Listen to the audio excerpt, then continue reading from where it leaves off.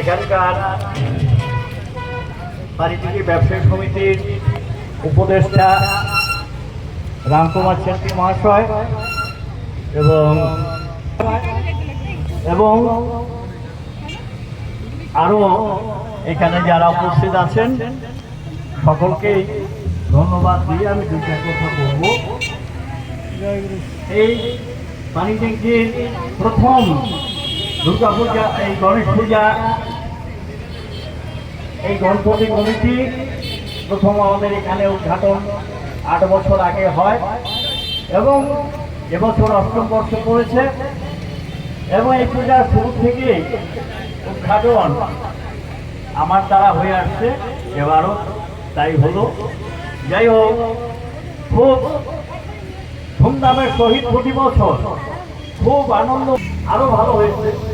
মণ্ডপসজ্জা সুন্দর হয়েছে, প্রতিমা গতবারের তুলনায় আরো ভালো হয়েছে এবং সত্য দিক থেকে এবার আরো সুন্দরময় হয়ে এটা ক্রমে আরো বৃহত্তর দিকে যাচ্ছে এবং এবছর আমরা দেখতে পেলাম যে আরেকটি এখানে নতুন গণেশ পূজা কমিটি মন্দির স্থাপন করে যারা উদ্যোগ নিয়েছিলেন কিছু কর্মকর্তা, ওইখানে একটা মন্দির তৈরি হয়েছে, শুরু হয়েছে, ওইটাও আমরা কিছুক্ষণ আগে আমরা উদ্ঘাটন করলাম। ওইখানে পূজা হচ্ছে।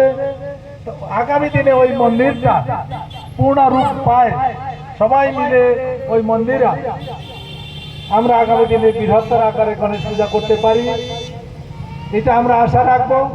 সাথে সবাইকে সহযোগিতা হাত বাড়ায় আমাদের এই গণেশ পূজাটা।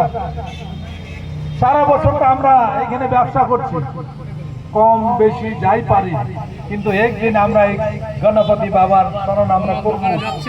আমরা ব্যবসা বাণিজ্য করছি, একটু সময় বের করে সমস্ত ব্যবসায়ীগণ এখানে গণপতি বাবার স্মরণ করতে উপস্থিত থাকে। গণপতি বাবার একটা মন্দির স্থাপনা করতে পারি, আগামী দিনে বৃহত্তর আকারে পূজা আরম্ভ করতে পারি, এই আশা ভরসা রেখে যারা আয়োজক কমিটি আছে, গণেশ পূজা আয়োজক কমিটি, যারা গণেশ মন্দির আয়োজক কমিটি, আপনাদের সবাইকে আমরা ধন্যবাদ জ্ঞাপন করছি।